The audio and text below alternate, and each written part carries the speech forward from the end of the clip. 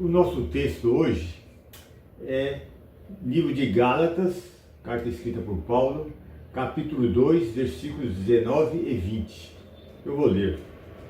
Porque eu, mediante a própria lei, morri para a lei, a fim de viver para Deus. Estou crucificado com Cristo. Logo já não sou eu quem vive, mas Cristo vive em mim. E esse viver agora que tenho na carne, vivo pela fé no Filho de Deus, que me amou e se entregou por mim. Antes de começarmos a analisar o texto, eu quero frisar aquilo que tenho o costume de frisar, que eu acho muito importante. A Bíblia é a palavra de Deus escrita. É a nossa única regra de fé e prática. Eu creio na inspiração das Escrituras. A Bíblia é inspirada verbalmente. Significa que não só os conceitos, as ideias foram inspiradas pelo Espírito Santo, mas as próprias palavras foram inspiradas. Creio na inspiração plenária.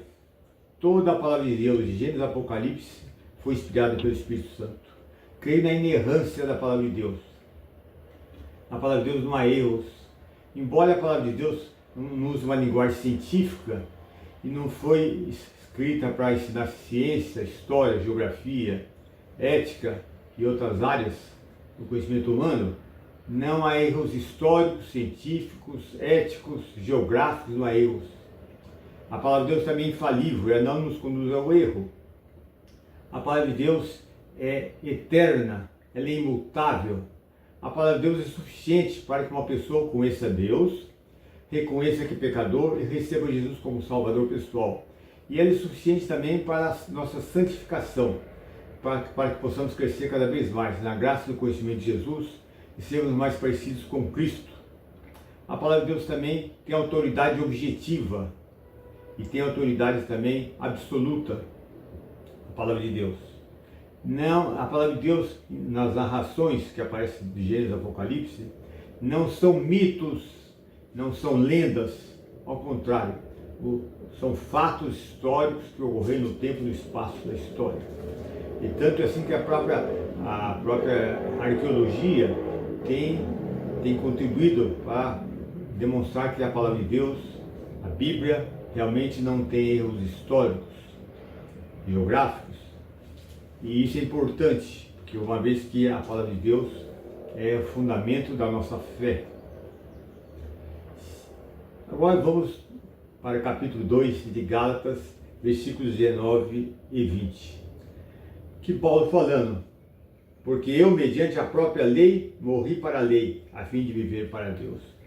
Paulo, após convertido, ter tido um encontro com Cristo como Salvador pessoal, caminho de Damasco, ele refletindo, ele verificou que a lei não podia salvar ninguém. A lei só podia condenar o homem, mostrar quão pecador o homem, como espiritualmente ele está afastado de Deus, está debaixo da ira, e a lei condena o homem. E a lei, em nenhuma época, ela pôde fornecer poder, capacitação para alguém praticá-la, obedecê-la. Então a lei nunca levou ninguém à salvação. E Paulo reconheceu, depois de convertido, porque eu, mediante a própria lei, morri para a lei, a fim de viver para Deus. Em outras palavras, ele precisou morrer para a lei para poder viver para Deus. Quando isso aconteceu? Quando Cristo estava lá no Calvário, morrendo em nosso lugar, Cristo morreu pelos nossos pecados, a natureza pecaminosa, a carne foi crucificada lá também no Calvário, e nós morremos com Cristo. Em outras palavras, nosso velho eu, nosso velho homem, tudo aquilo que nós éramos em Adão, nós, como filhos de Adão, foi crucificado lá no Calvário lá. E Cristo estava também no Calvário como nosso representante. Tudo que aconteceu com Cristo aconteceu conosco. Então nós, a partir do momento que tivemos um encontro com Cristo, nós temos uma nova posição diante de Deus. O que significa uma posição diante de Deus? Significa como Deus nos vê em Cristo, com Cristo e como Cristo. Então, como Paulo fala assim, no versículo 19, porque eu, mediante a própria lei, morri para a lei a fim de viver para Deus. Uma vez que ele estava como nosso representante lá, tudo que aconteceu com ele aconteceu conosco. E também é importante frisar que quando alguém recebe Jesus como Salvador pessoal, salvo, regenerado, edificado, nasceu de novo, o Espírito Santo o identifica com Cristo, nos une a Cristo, cabeça da igreja, e aí simultaneamente nós somos unidos à igreja, ao corpo vivo de Cristo, formado pelos verdadeiros crentes em Cristo Jesus.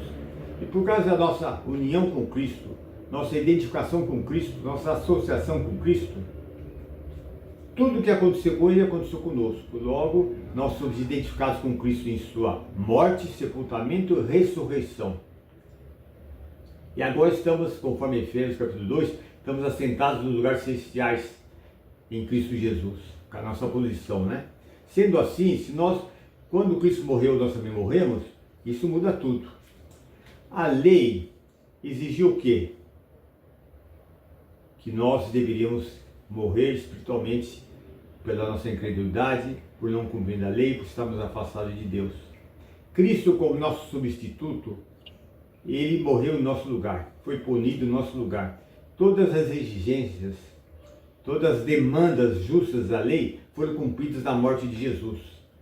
Logo podemos dizer que, de certa maneira, a lei matou Cristo, né? No sentido assim de que condenou e Ele morreu. Como nós somos identificados com Cristo, fomos associados a Cristo, unidos a Cristo em sua morte, sepultamento e ressurreição, quando Ele morreu, nós morremos com Ele. Se nós morremos com Ele, e essa é a posição nossa diante de Deus, que nos vê em Cristo, com Cristo e como Cristo, se nós morremos com Ele, fomos crucificados com Ele, se nós, inclusive, não só resolveu o problema dos nossos pecados, mas o nosso velho homem, nosso velho eu, tudo aquilo que nós éramos em Adão, incrédulos, pecadores, rebeldes, o que acontece? Então nós não estamos mais debaixo da lei. A lei não nos condena mais. Não somos obrigados a cumprir a lei. Exatamente por isso que nós podemos então viver para Deus. Que coisa maravilhosa isso que aconteceu conosco, né?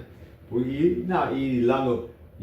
causa da nossa identificação com Cristo em sua morte, sepultamento e ressurreição, nós temos o privilégio de termos morrido para o mundo, para a carne e para a lei. E agora isso em termos de posição, como Deus nos vê, depois que nós somos regenerados, somos salvos, tivemos um encontro com Cristo. Então Paulo fala no versículo 19, porque eu, mediante a própria lei, morri para a lei. Quando? Ele estava lá, algum de nós estava no dia que Cristo morreu? Não. Mas pelo fato de ele ser nosso representante, além de substituto, nosso representante, o que aconteceu com ele, aconteceu conosco. Ele morreu, nós morremos também. E então o que diz aqui? Para que eu possa o quê? Viver para Deus. Aí Paulo vai mais a fundo, explica melhor. Estou crucificado com Cristo. Interessante, ó. Porque eu, mediante a própria lei, morri para a lei a fim de viver para Deus. Estou crucificado com Cristo. Exatamente. Por causa da nossa união com Cristo, nossa identificação com Cristo, em sua morte e ressurreição, o que aconteceu com ele, aconteceu conosco. Então Paulo diz, estou crucificado com Cristo. Interessante. Quando ele fala assim, essa é a única condição que nós podemos ter uma vida realmente agradável a Deus, uma vida realmente mais parecida com Jesus, era exatamente essa. Porque eu morri para a lei, versículo 19, a fim de viver para Deus. Estou crucificado com Cristo. Então, por causa da nossa posição, da nossa identificação com Cristo, em tudo que aconteceu com Ele lá, no Calvário, e também quando Ele foi sepultado e ressuscitou, nós podemos desfrutar de algumas coisas relacionadas à nossa vida, nossa experiência prática do dia a dia. Então, Paulo podia dizer o seguinte, eu creio, Paulo podia dizer, né? Eu creio, nós podemos também, eu creio, vamos dizer, né? Que o que aconteceu com Cristo interfere na minha vida diária. Isso é importante. Então Paulo podia dizer, e nós também, eu sou o que sou por causa da minha união, por causa da minha identificação com Cristo, em sua morte e ressurreição, e assim eu posso desfrutar da realidade prática da minha nova posição. Em outras palavras, se você crê, medita a relação da palavra de Deus, que tudo que aconteceu com Cristo aconteceu com você também, que você foi identificado com Cristo, unido a Cristo, sua morte, sepultamento e ressurreição, que Deus agora nos vê em Cristo, com Cristo e como Cristo. Se você crê constantemente, continuamente nessa verdade, e você crê que o Espírito Santo habita em você, exatamente para que isso se torne uma realidade prática, para que a sua posição se torne a sua experiência prática, isso é revolucionário. Isso é a chave da nossa santificação. E se você quiser saber de uma maneira mais profunda, leia o capítulo inteiro, o capítulo 6 de Romanos, da carta de Paulo aos Romanos. Lá dá muitos detalhes sobre esse assunto. Estou crucificado com Cristo. Agora ele fala no versículo 20. Logo, já não sou eu quem vive, Cristo vive em mim. O que ele quer dizer com isso? Ele não está dizendo com isso que depois que nós tivemos um encontro com Cristo, fomos salvos, nós ficamos despersonalizados. Porque nós perdemos a nossa individualidade. Não é isso que ele quer dizer. Ele quer dizer o seguinte: você continua, só que você recebe um novo eu. Certo? Uma nova posição. Não estamos mais em Adão, estamos em Cristo. E quando ele fala assim, logo já não sou eu quem vive, mas Cristo que vive em mim, é o seguinte: Cristo é a fonte da nossa vida espiritual. Cristo é a fonte da vida eterna. E segundo a palavra de Deus, Cristo habita em nós. Que bênção, hein? Cristo habita em nós. Isso é o Espírito Santo também. Logo já não sou eu quem vive, mas Cristo vive em mim. Mas como é que é isso a nível prático? Logo já não sou eu quem vive, mas Cristo vive em mim. E ele fala, esse viver que agora tenho na carne, agora ele fala da experiência prática, vida cristã, o dia a dia. A posição nossa é perfeita em Cristo. Deus nos vê em Cristo, com Cristo, como Cristo. Para Deus, nós somos identificados com Cristo em sua morte, sepultamento e ressurreição. Mas agora, e a vida prática? Como é que isso pode se traduzir em uma vida agradável a Deus? Que nós possamos, num processo de santificação, cada vez ficar mais parecidos com Jesus.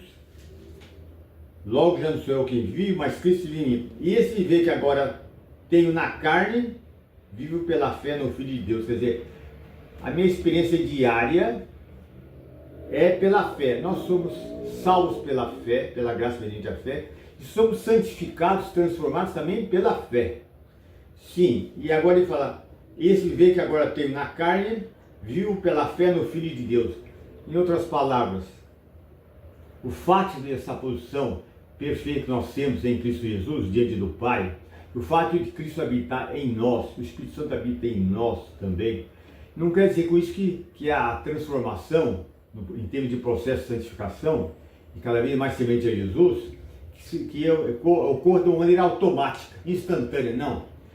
O poder da ressurreição de Cristo, a manifestação da vida de Cristo que habita em nós, o refletir o caráter de Cristo, só é liberado mediante a nossa fé. Fé na palavra de Deus, fé naquilo que nós estamos vendo aqui. Fé, uma vez que somos salvos, fé no sentido de que nós reconhecemos que após termos um encontro com Jesus, fomos identificados com Cristo em sua morte, sepultamento e ressurreição. Jesus habita em nós, o Espírito Santo habita em nós, e o processo pelo qual nós vamos crescendo cada vez mais é constantemente, continuamente, nós cremos na nossa posição. Então a chave da santificação, a chave de uma vida vitoriosa, a chave para ter poder, a chave para que nós possamos desfrutar do poder da ressurreição de Cristo, a chave para que o caráter de Cristo se manifeste é pela fé. E nós cremos isso continuamente.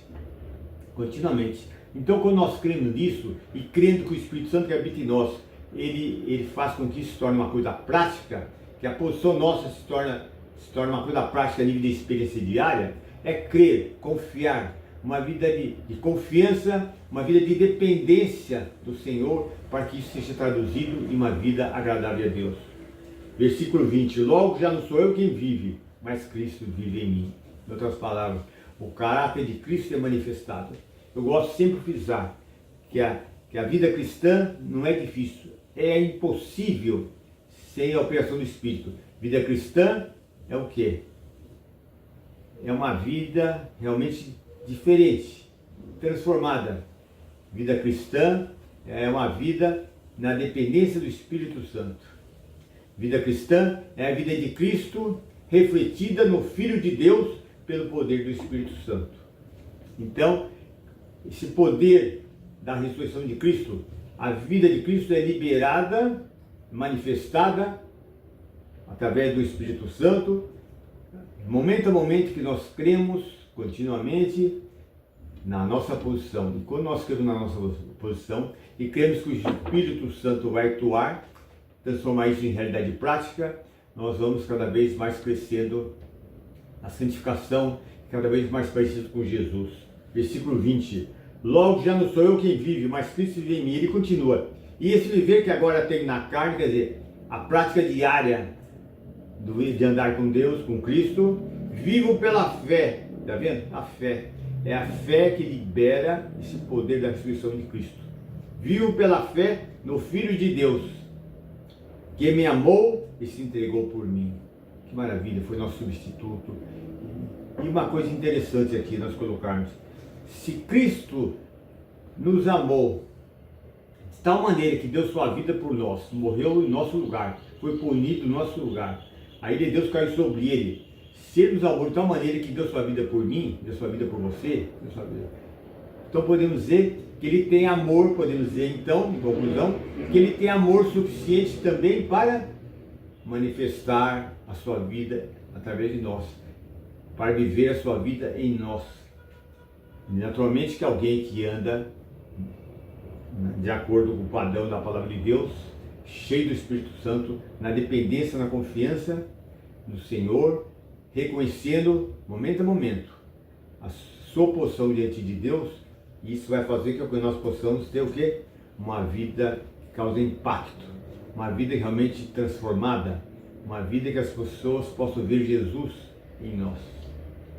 Então, quando você lê esse versículo, esses dois versículos, reflita sobre a sua posição. Talvez você nunca tenha ouvido falar sobre posição e experiência. Posição é como Deus nos vê em Cristo, com Cristo e como Cristo.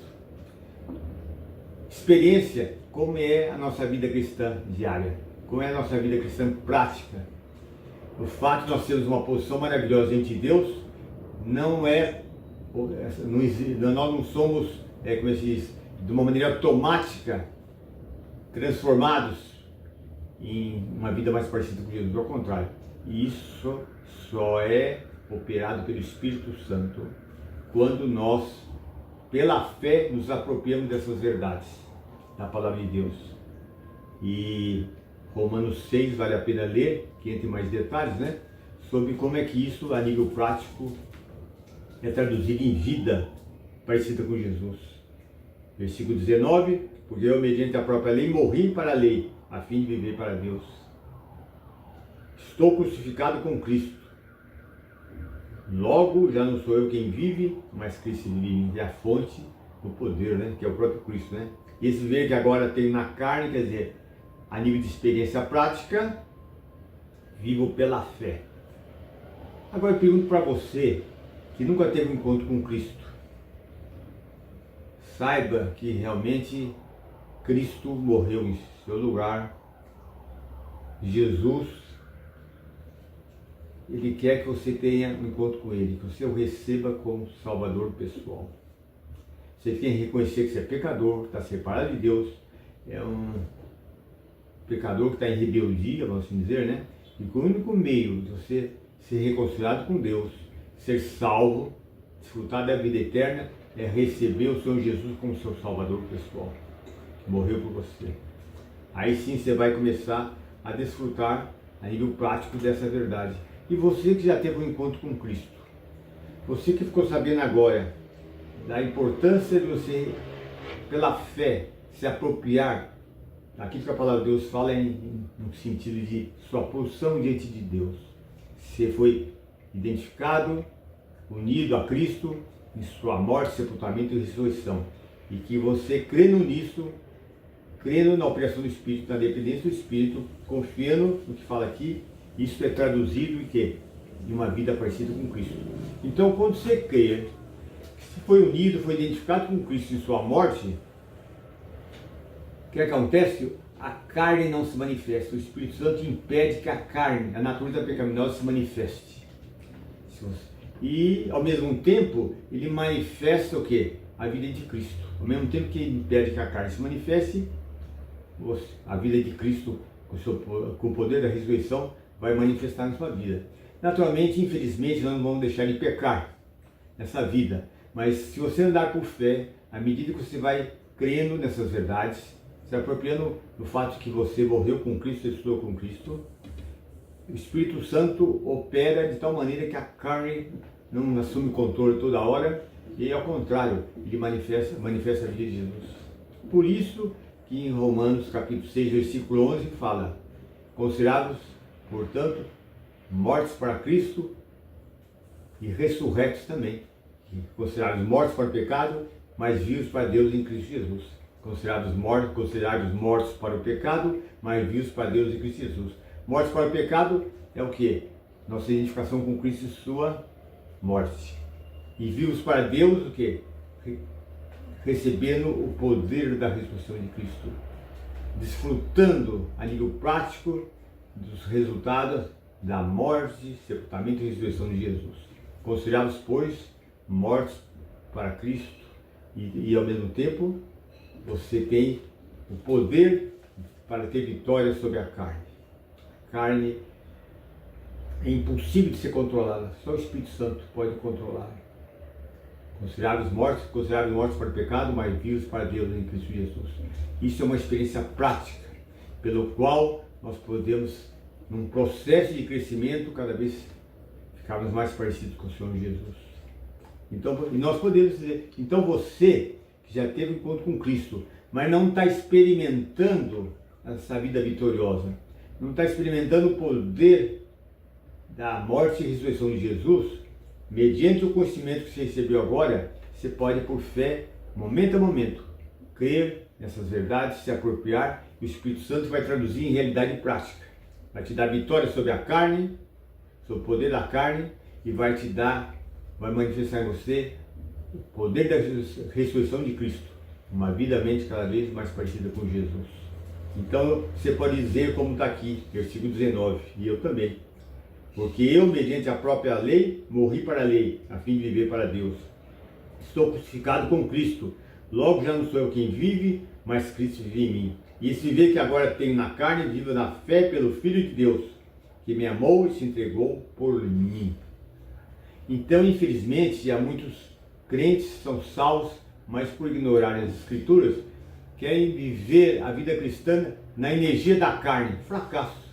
Pior ainda, aqueles que querem, como regra de vida, praticar, por exemplo, os 10 mandamentos, como se isso o levasse à santificação, e também na energia da carne. Fracasso.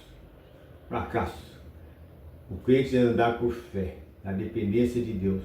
O Espírito Santo vai operar em tua vida. Então, desafio para você que não recebeu Jesus como Salvador, que receba Jesus como seu Salvador pessoal. Você que é crente e não tem uma vida vitoriosa, não tem a vida cheia do Espírito Santo, não está tendo um processo de crescimento, de santificação na tua vida, uma vida realmente sem poder do alto, uma vida realmente que não está agradando a Deus, medite nesses 2 versículos, leia Romanos 6 e comece a andar por fé, crendo que a chave da vitória, a chave de uma vida de santificação é a posição que nós temos diante de Deus em Cristo Jesus. Como Deus nos vê em Cristo, com Cristo e como Cristo. Não, se você teve um encontro com Jesus, você não está mais em Adão. Seu velho homem foi crucificado. Você morreu, seu velho homem morreu. Está lá na cruz. E agora você tem um novo eu. Você realmente tem uma nova natureza. Você, mediante o poder do Espírito Santo, você pode ter uma vida que agrade ao Senhor. Aí você pode, e aqui eu gosto sempre de frisar, Cristo morreu por nós, para transformar o quê? Pecadores, rebeldes em santos adoradores. Você é um santo adorador, você tem andado no poder do Espírito Santo, na dependência, na confiança. Versículo 20, logo já não sou eu quem vive, mas Cristo vive em mim. E esse viver que agora tenho na carne, viver que vivesse, uma vida espiritual. Vivo pela fé no Filho de Deus que me amou e se entregou por mim. Que bênção, que texto maravilhoso.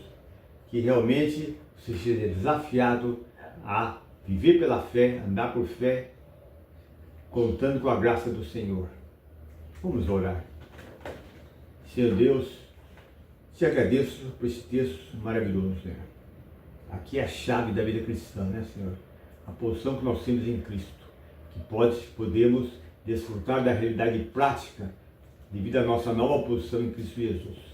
Aquele que teve um encontro com Jesus não está mais em Adão.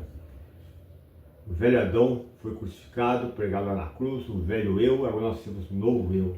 Nós temos realmente a habitação do Teu Espírito em nós, Cristo habita em nós.